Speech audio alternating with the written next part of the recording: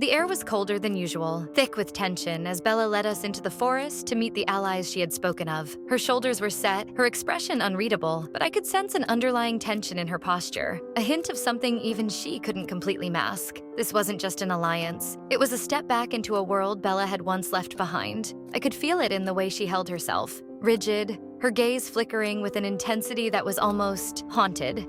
We reached a clearing where a group waited, their presence both powerful and unsettling. They were like shadows, figures cloaked in darkness with an aura that hinted at ages-old knowledge and strength. Bella stepped forward, her posture fierce and unyielding. But I noticed her jaw clenched, a rare sign of restraint. As we drew closer, one of the figures stepped forward, his eyes cold and piercing as he looked at her. There was recognition there, a spark of something ancient and complicated, a grudge that had never quite healed. "Bella," he greeted, his voice dripping with something that sounded like both respect and bitterness. "It's been centuries." She nodded, her gaze icy, acknowledging him but offering no warmth. "Matthias," she replied, her tone curt. The air between them was charged, like static before a storm. I could feel the history pulsing between them, something unresolved and brimming with tension. Bella's fists clenched slightly at her sides, her entire body radiating a fierce energy that was almost palpable. Matthias studied her, his eyes narrowing. "I never thought I'd see the day you'd come to me for help," he said, his words calculated to provoke.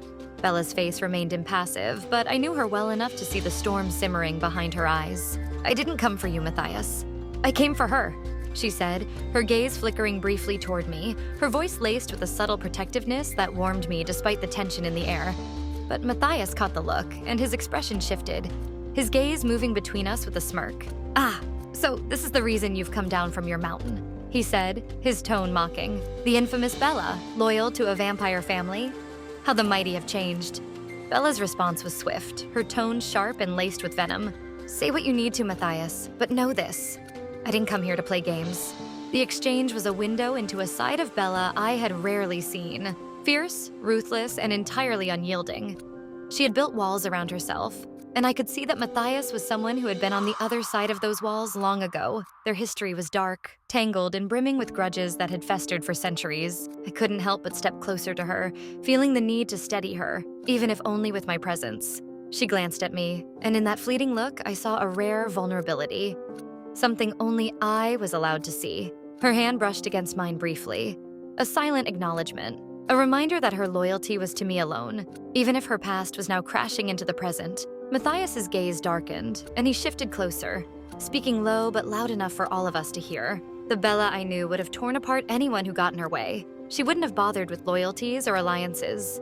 Bella's expression remained fierce, but I saw a flicker of something deeper. Pain, maybe even regret. Her voice dropped, cold as steel. "People change," she replied, her words a quiet but unmistakable threat. The Cullens stood behind us, watching the interaction with growing unease. They had seen Bella's loyalty, her protectiveness, but this side of her was different, darker, rooted in a history none of them fully understood. Jasper exchanged a wary look with Carlisle, clearly uneasy with the ruthlessness Bella was showing.